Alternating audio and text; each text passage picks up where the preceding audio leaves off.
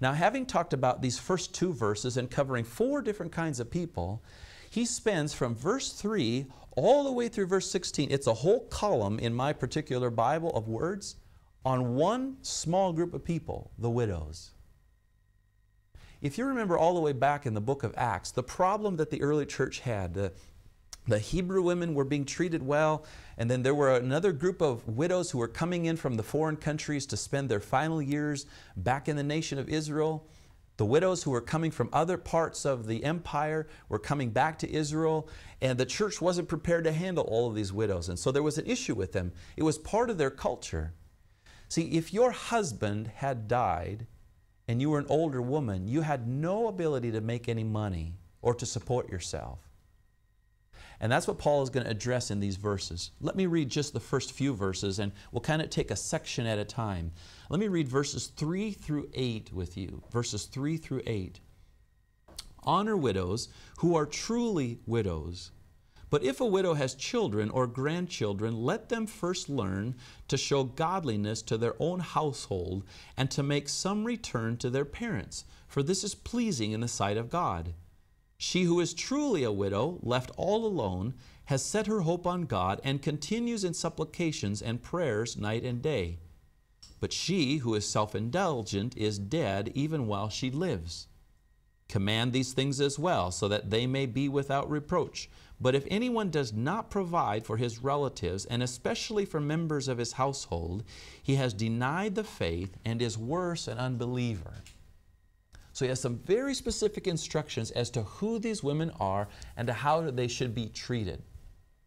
I remember my home church when I was growing up. We had and maybe it's the same in every culture, statistically men die before the wives do. And that was certainly true in my church.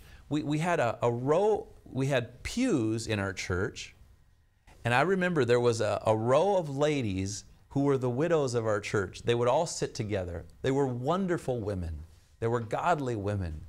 And they loved the Lord and they served the Lord. But I remember how these women would sit together and how they would encourage her and how they would be a blessing to the church. These women were women of prayer. These women were women of faith. They loved Bible study. We had a Wednesday night Bible study and prayer meeting, and they would faithfully come every week because they had time and they had opportunity to learn. And I just recall how important that was in my own formation of how I treated them and how important they were to the life of the church. Well, centuries ago, when Paul writes this letter, they were present in those churches as well. And I would assume back then that maybe men died at an earlier age than the women did as a whole. So here are these women whose husbands have died, and they're saying, what are we supposed to do? We don't have any means of support. Can the church help us? Should the church help us? So he says there in verse 3, he says, I want you to honor those who are truly widows. And you say, what do you mean, Paul? What do you mean by truly widows? Are there some widows who are not truly widows? And that's what he begins to explain. He says in verse 4, if a widow has children or grandchildren, let them first learn to show godliness to their own household and to make some return to their parents, for this is pleasing in the sight of God. Timothy, he's saying this. If a woman's husband dies and she has children or she has grandchildren, let them take care of her. That she might not have a means of making support or raising an income. But he says, Timothy, if she has family, when her children were born, she took care of them. Now it's their turn to take care of her. So Timothy, even though a woman in your church might be a widow, it's not automatic that the church is responsible to have to take care of her. But let them first learn to show godliness. And I found that to be a very interesting word. When the children take care of their parents, just as the parents once took care of the children, it is an example of godliness for everyone to see. That when we, and both of my parents are still alive, but the day is going to come when, if statistics are true, my father will probably pass away first. Well, I have one brother and I have 2 sisters. There are many grandchildren. I think we have 4, 12, we have 13 grandchildren in the family. That Paul would say to us, now, family, your father, your grandfather is gone. It is now your responsibility to look after your mother. And when you do, that is an example of your Christian faith. You live out your Christian faith by taking care of the responsibility and opportunity that God has given you. He says to make some return to their parents, for this is pleasing in the sight of God. It pleases God, according to verse 4, when we treat them in this particular way. In verse 5, he says, she who is truly a widow, left all alone, has set her hope on God and continues in supplications and prayers night and day. This is a good woman. And this is what I was describing as those widows in my church when I was a little boy and a young man. You see, when these widows and their husband is gone and their children are grown, they have time. They have time to pray. They have time to be involved in the church. They have time to study God's Word. They have time to dig in deep and to put their faith into practice. And Timothy, he says, you look at these women and you see in them this tremendous faith. They have set their hope on God. They continue in requests or supplications, in prayers day and night. We have this woman in our church right now. She turned 90 years old, I believe. She's no longer able to take care of herself. She lives in a place that we call a nursing home. It's a residential care for elderly people who can't take care of themselves. She has problems with her legs. She can no longer walk, so she sits in a wheelchair or she stays in her room. But whenever I come to visit her, there's a big smile on her face. And I say, how are you, Marie? And she says, I'm doing well. Thank you, Pastor. Thank you for coming to visit me. And she's always so excited when I come to visit her. And the thing that interests me about her, I call her a prayer warrior. I think that the amount of time she spends in prayer is hours in a day. I don't recall seeing them the last time I visited her, but I remember in years past, I would come and on a little table, she would have long cards of paper about this size. And all the way down was a list of names. And she didn't have one of these. I think she had 3 of them. And on this was the names of me, the pastor, my family, her family, missionaries, people in our church, people in our community. And I think she had 3 long lists of people. And I think she prayed for most of them every day. Do you know what that means to me as a pastor to know that my name is on her list? Sometimes I would say to her, your work is as important to our church as if you were able to come and actually serve in a ministry in the church. Something like that I would say to her. And she would beam and smile. She says, well, you know, and sometimes older people have a hard time sleeping at night. So if she would wake up at 3 o'clock in the morning, she wouldn't go, oh, I can't sleep. She would start praying for people. And I would say, what a godly example of a widow. When her husband died, I did her husband's funeral. And he was a very godly man too. She was sad that she was gone, but you know what she said about him? She said, he's so fortunate he got to go first. I can't wait till I can go and be with the Lord too. She just has this wonderful demeanor, this wonderful faith, even though her body is in pain. So when Paul writes a verse like this, she is truly a widow, left all alone, has set her hope on God, that's her. Continues in supplications and prayers, that's her. Night and day, that's her. But Paul says, you know what? There are a group of widows who don't have their husbands who are not like that, in verse 6. But she who is self-indulgent is dead even while she lives. There are some widows apparently in this church who, when Paul and Timothy observed their life, all they cared about was themselves. God's not fair. Nobody cares about me. I'm just going to take care of my own little money. I'm going to take care of my own little place, but I don't really care about anybody else because they don't really care about me either. That's a completely different attitude than what the first woman was described as being. He says, Timothy, the widows in your church who are self-indulgent, they're just dead. They're alive physically, but they're dead in their heart. They're dead in their spirit. They're dead in their Christian faith. He says in verse 7, command these things as well, so that they may be without reproach. As a young man talking to an older woman, to go right up to her and say, woman, you should not be acting this way. That would be hard.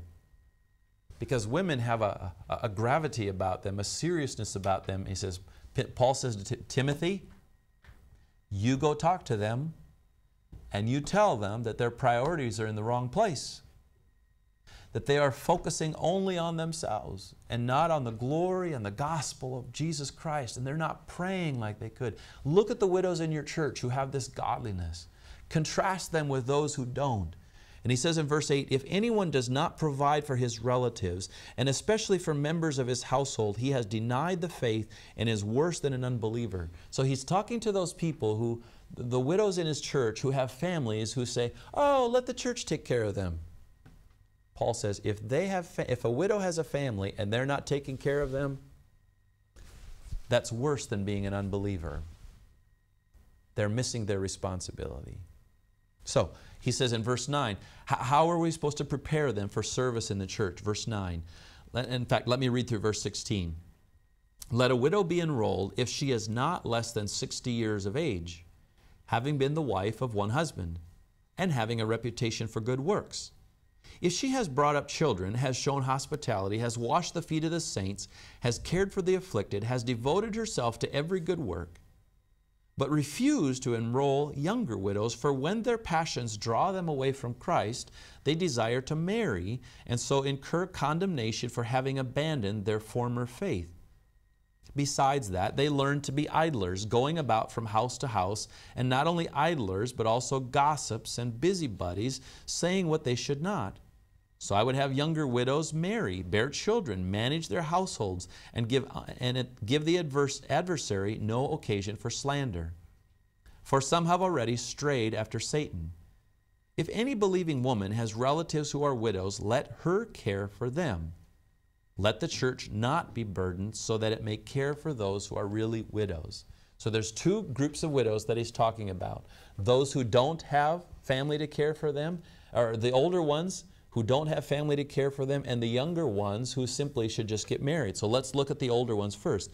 He gives an age limit. He says they must be at least 60 years old. You say, why 60? As I told you, in that first century society, women were very low on the social order. There was very little respect. Most of the time uneducated. So they didn't have careers like most of you have, or education like many of you have. They had married a husband who had a job or a career, and their life was attached to his. So he says, let the widow be not less than 60 years of age. So the husband dies, and if they're younger than 60, perhaps they have a chance to find work or to find help. But it was considered to be kind of at the end of their life if they're 60 years old. They probably didn't live as long as we do today. They might have lived longer, they might have lived shorter. And she's been the wife of one husband. It doesn't mean that she couldn't have had a husband who died and married again, but that her life showed that same kind of respectability that was talked about when we talked about the elders. The husband of one wife, now here it says that she has been the wife of one husband, that she has been faithful, that she has been loyal, that there's no attack against her. In fact, it says that she has a reputation for good works. So this is a woman who, when she was married and her children were growing up, and you saw her in church, you'd say, I really appreciate her. She serves the Lord well. Her attitude is great. She does wonderful things for the Lord. It says next in verse 10, if she has brought up children, she has shown hospitality. So she's raised her children, she's invited guests into her home, has washed the feet of the saints, so she shows a humility. She's able to serve and has cared for the afflicted, those who are the downcast and impoverished and endangered, and has devoted herself to every good work. So this is a marvelous woman. So here's what the early church did. They wanted to keep a list of this particular group of widows because they were such a strong asset to the church. You take a woman who has raised her family well, Her husband has died. She has a heart for godliness. She has a heart for service. Her reputation is known well. And Paul says to Timothy, Timothy, these women are like gold in your church because they can pray. They can serve. And Timothy, if they meet these qualifications, then you need to provide for their support so that they have their needs taken care of so that they can pray. So that they don't have to worry about where their next meal is going to come from or how there's going to be a roof over their head or clothes to wear. He says, I don't want them to have to worry about that because their gifts are so important to the church. We invite you to participate in the International Bible Teaching and Gospel Sharing Project. Whether these Christian expanded educational opportunities will become available to people around the world depends on all of us. We very much need and value your prayer and financial support. For more information, please visit www.tvseminary.com. I can't speak for your culture here, but I know that there's a certain limit in our Western culture where you get to a certain age where people look at you and say, you know, your time of service is over. Thank you very much. But you know, honestly, we have the ideas now, we younger ones, and so thank you. You know, enjoy your retirement or enjoy the end of your life. Paul would say just the opposite. These women, in these circumstances, have much to offer your church. I want you to think about the churches in which you serve right now. I bet you're thinking of women just like this. That you know women in your church who are a valuable asset and a resource to you, and that you can help provide for them so that they can be a blessing to your church. And when I read a passage of Scripture like this, my heart just warms. Because I can think of names, I can think of faces of women that I have known, women in my home church growing up and who now have gone on to be with the Lord, where I say, what an example that they were. They didn't get bitter because God took their husband home. They instead came back to the church, they sat there and they studied, and they would say, your message was so good, or your teaching was so good, we're going to pray about this, and they did. But they must have had a problem, because in verse 11 when he says, but refuse to enroll younger widows, for when their passions draw them away from Christ, they desire to marry. Now, it's not wrong to marry. But he says, if you take them and then your church provides financially for them and gives a place for them to stay, and you expect that they're going to be the prayer warriors of your church, and all of a sudden they're younger than 60 and their passions are still alive to get married, and all of a sudden they're trying to meet the men in the church and trying to look for a husband, he said, they're not going to be helpful to the ministry of your church. And they incur condemnation for having abandoned their former faith. They get so interested in finding a husband that they're not even living in godliness anymore. Verse 13, besides that, they learn to be idlers, going about from house to house, not only idlers, but also gossips and busybodies, saying what they should not. So their husband has died, they're not 60 years old, they have time on their hands, and they would go from one house to the other and say, what's the latest gossip? What did you hear about Joe or Sally or Pete? Oh, well, I heard this. Did you know that? Oh, my goodness. And the conversation would go back, oh, well, I'm going to tell that to her, but you have to keep this a secret. Okay, I'll keep it a secret. And as soon as you leave, they say, let me tell you the secret that I just heard. And then it would go from here to here to here. You would never do that, right? We don't think we would, but I love to hear secrets. And sometimes I go, I can't listen to that because I'm afraid that I might say it. But these women, because they were still younger and still of marriageable age, they would go from house to house, and Paul said, listen, they're damaging the ministry of your church. Don't put them on the roll, don't put them on the list, and support them. Help them get married. Go ahead and let them have families. So that's what verse 14. So I would have younger widows marry, bear children, manage their households, give the adversary no occasion for slander. Hey, Timothy, it's not that I don't care for these young widows, but their time of service, their time of having a family is not done. Timothy, I'm looking for this older group of women who have no family to take care of them. You take them on the church rolls because they will be such an asset to you. But if they're less than 60, or if they're 50, or if they're 40, and their husband dies in an accident, their heart is going to say, I want to marry again. That's okay. But if you try to make them something that they're not prepared to be, then they're going to do damage to the gospel witness. Remember what we say. For Paul, it's always about the gospel. It's always about the gospel. Timothy, if these situations are not controlled in your church, then the gospel witness of the churches in Ephesus are going to be damaged.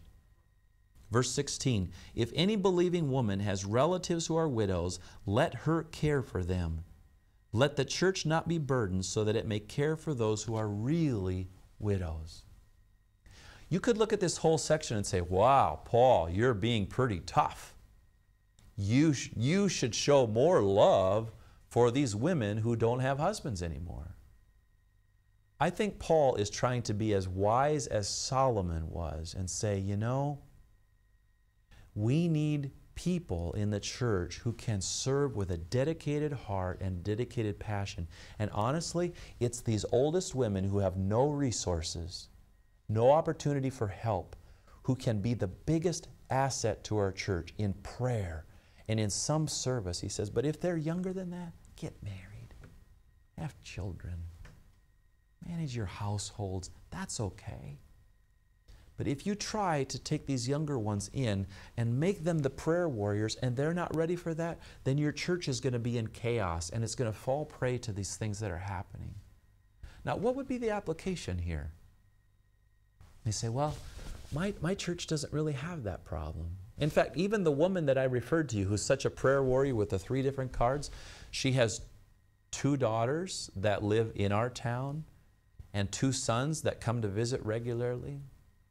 We wouldn't take her on as an example in this case because she's provided for, but she's still a prayer warrior in our church. Why don't you think about the churches in which you serve and the churches in which you participate? Who are the neediest people? The neediest people can somehow and sometimes be the greatest asset to your church. You say, well, they can't teach Sunday school. They can't preach a sermon.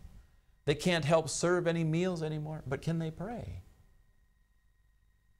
Sometimes we end up defining roles in the church so narrowly that say, if you can't do this, then you're not of assistance. I'm not going to tell you exactly what this means for your church.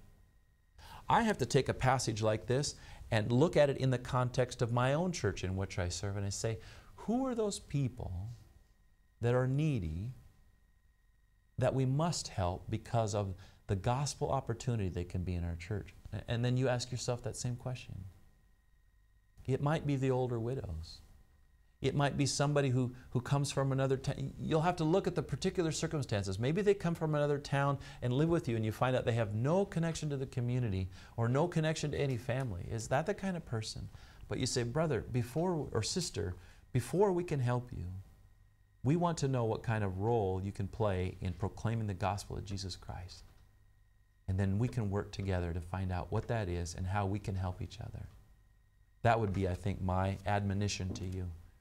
So with the end of that section, we still have 2 more groups of people that Paul talks about to Timothy. But at this point, we'll take a break, and then we'll come back and look at 1 more of those groups yet today. So let's take a short break.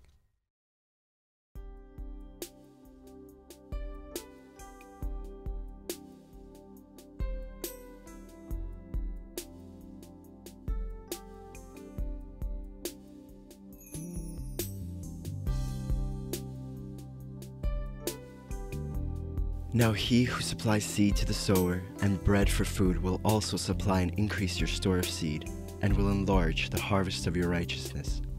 You will be enriched in every way, so that you can be generous on every occasion, and through us, your generosity will result in thanksgiving to God. 2 Corinthians chapter 9, verses 10-11. How to give to TVS Ministry. You may give online at efca.org/givenow. In the description place, write Russia Distance Learning, account number 24109-0150. Or make checks out to EFCA. Write on the check memo line, Russian Distance Learning, account number 24109-0150. Mail to EFCA Donor Services, 901 East 78th Street, Minneapolis, Minnesota 55420-1300, or send your gift through PayPal for tvs.gift